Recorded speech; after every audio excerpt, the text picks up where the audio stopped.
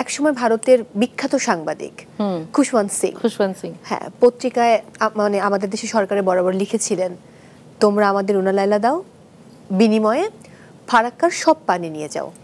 আবার 1974 সালের আগে পাকিস্তান সরকারেরও উচ্চ পর্যায়ে থেকে এরকম অনুরোধ এসেছিল বা চেয়েছিল আপনি সেখানে থেকে যান, কিন্তু আপনি বরাবরই বাংলাদেশে থেকেছেন, স্থায়ী হয়েছেন।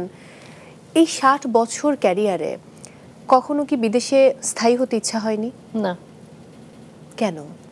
এটা আমার দেশ, সবকিছু আমার এখানে, এই মাটিতেই।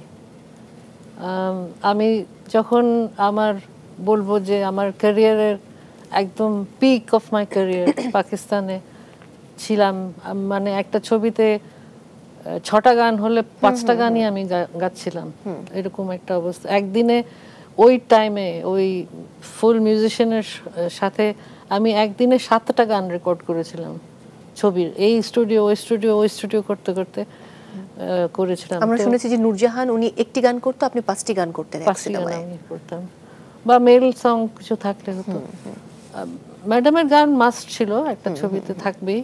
তো তারপরে যখন বাংলাদেশ হলো, আমরা তো তার আগে থেকেই, আমার আব্বা তো সিভিল সার্ভেন্ট ছিলেন, উনি আগেই অপশন দিয়ে দিয়েছিলেন যে আমি থাকবো না এখানে, আমি চলে যাব বাংলাদেশ।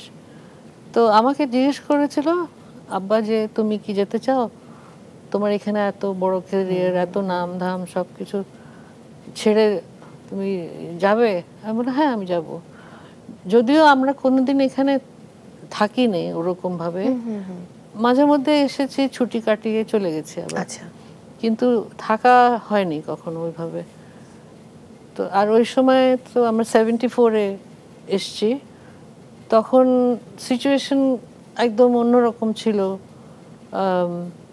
কিসে কি হবে না হবে কিছুই জানতাম না।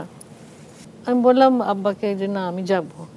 বললো যে তুমি দেখো চিন্তা করে, তোমার বোন এখানে বিয়ে হয়ে এখানে আছে, তুমি চাইলে থাকতে পারো। আসে না আমি থাকবো না। কেন জানি তখন মনটা কেমন জানি হয়ে গেল, এত বছর ওই দিকে থেকেছি কিন্তু ওই টানটা কখনো হয় নাই। এই মাটির জন্য যে কি একটা টান হলো যে না আমার ওখানে যেতেই হবে, যত যাই হোক।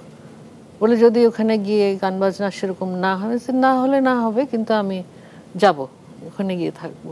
একটা অন্যরকম একটা ইমোশন কাজ করেছে তখন।